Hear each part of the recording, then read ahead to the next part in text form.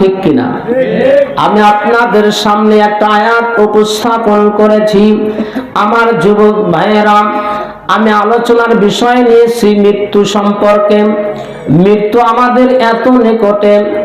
ও যুবক ভাইয়েরা, একটু লক্ষ্য করে শুনুন। জীবনে বহু বক্তৃতা শুনেছেন, জীবনে বহু আলোচনা শুনেছেন।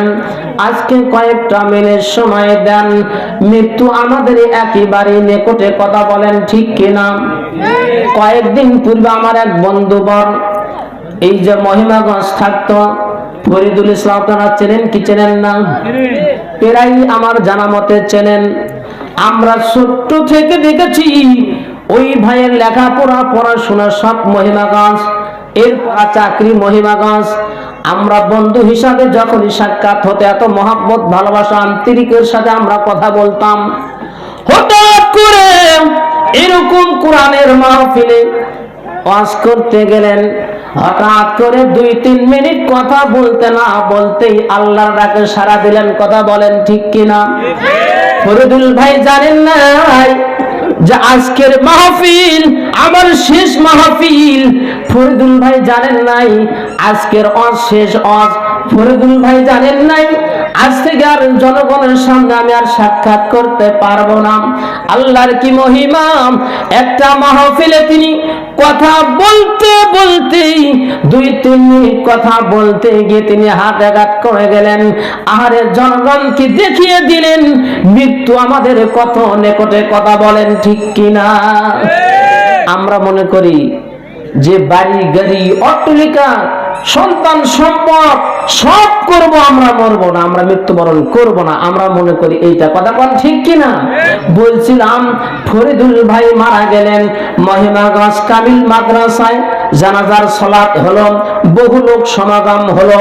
এরপরে তার গ্রামের বাড়িতে জানাজা পড়ানোর জন্য নিয়ে গেলাম। সেখানে তার ছোট্ট একটা বাচ্চা আমরা দেখলাম নেটে, ছোট্ট বাচ্চা কোলে করে আসলো। আসার পরে বারবার যখন বলে আমার আব্বা কোথায়, আব্বা কই, আমার আব্বা কোথায়, ওই সময় যত যুবক সেখানে ছিল সবাইকে দেওয়া স্থির হয়ে গেল। আরে ছোট্ট বাচ্চা কি বুঝতে পারলো সবাই আছে, আমার বাবা কেন নাই, বাবাকে কেন দেখতে পাচ্ছি না? ছোট্ট বাচ্চা বলে আমার আব্বা কই, আমার বাবা কই। আর পাশে যত যুবক ছিল সবাই হাউমাউ করে কাঁদতে লাগলো। আরে দুনিয়ায় ফরিদুল ভাই আছে কিন্তু তার হায়াত নেই, তার জীবন নাই, সে আর কথা বলতে পারে না।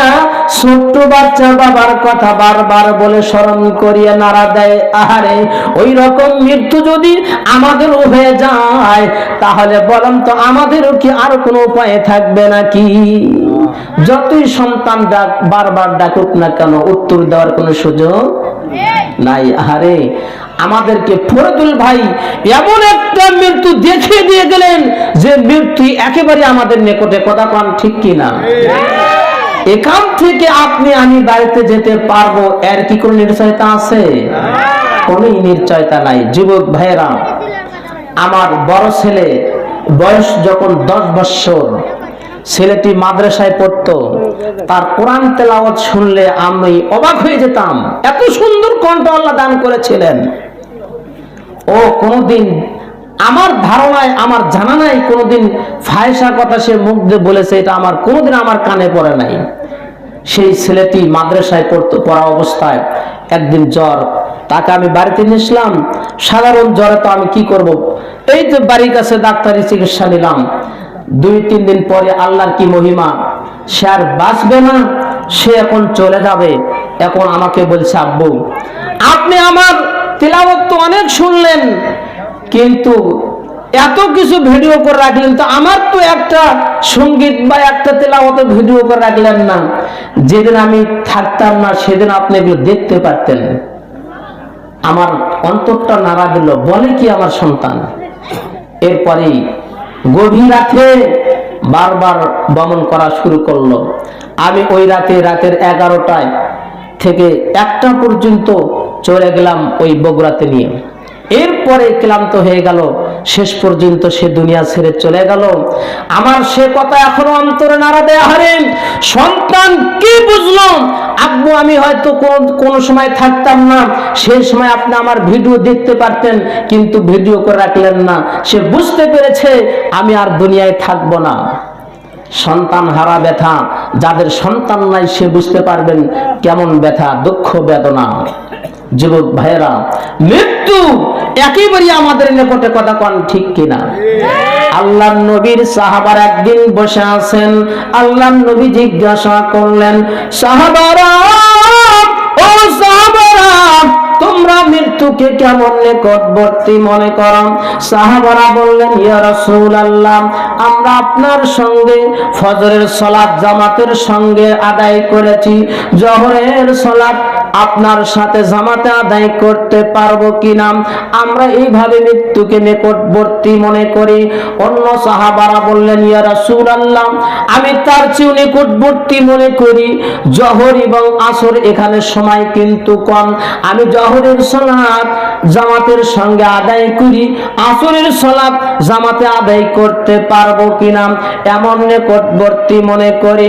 সাহাবারা বললেন, রাসূল সাল্লাল্লাহু আলাইহি ওয়াসাল্লাম বললেন, ও সাহাবারা, তোমরা মৃত্যুকে এত নিকটবর্তী মনে করো, আমি রাসূল তার চেয়েও নিকটবর্তী মনে করি।